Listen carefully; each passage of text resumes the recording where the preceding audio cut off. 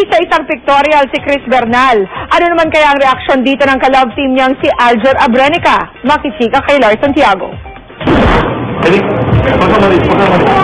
Tinakpan ni Chris Bernal ng manipis na tela ang two-piece swimsuit na suot niya sa pictorial para sa pelikulang I'll Be Waiting For You na pinagtatambalan nila ni Aljur Abrenica. Nasa Bohol sina Aljur at Chris para sa shooting ng pelikula. Nang magsisimula na ang pictorial, itinatanggal kay Chris ang suot niyang manipis na pantakip sa kanyang swimsuit. Noong una, medyo nahihiya pa ang young actress. Sa mga post na kasama niya si Aljur, mas relax si Chris.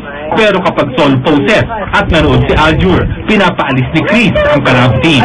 Kasi lagi siya nang-aasar eh. Pag may mga pictorial na sexy or naka-swimsuit or medyo bare, lagi siya nang-aasar. Tapos pag nakatingin ako sa kanya habang pictorial, nag-make face na siya, yun. Kasi tinititigan ko kasi, kaya hindi siya sanay na magtupi sa harap na maraming tao. Sa harap ko, kaya nahihiya siya.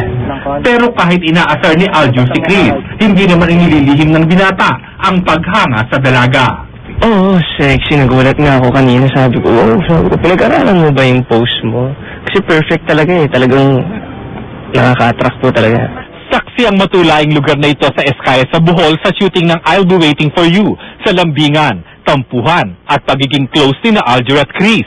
Sabi nga ng mga nakasaksi, tila mahirap nang itago ng magka-love team ang tunay nilang nararamdaman para sa isa't isa. Mula sa Bohol, Lars Santiago, updated sa Showbiz Happening.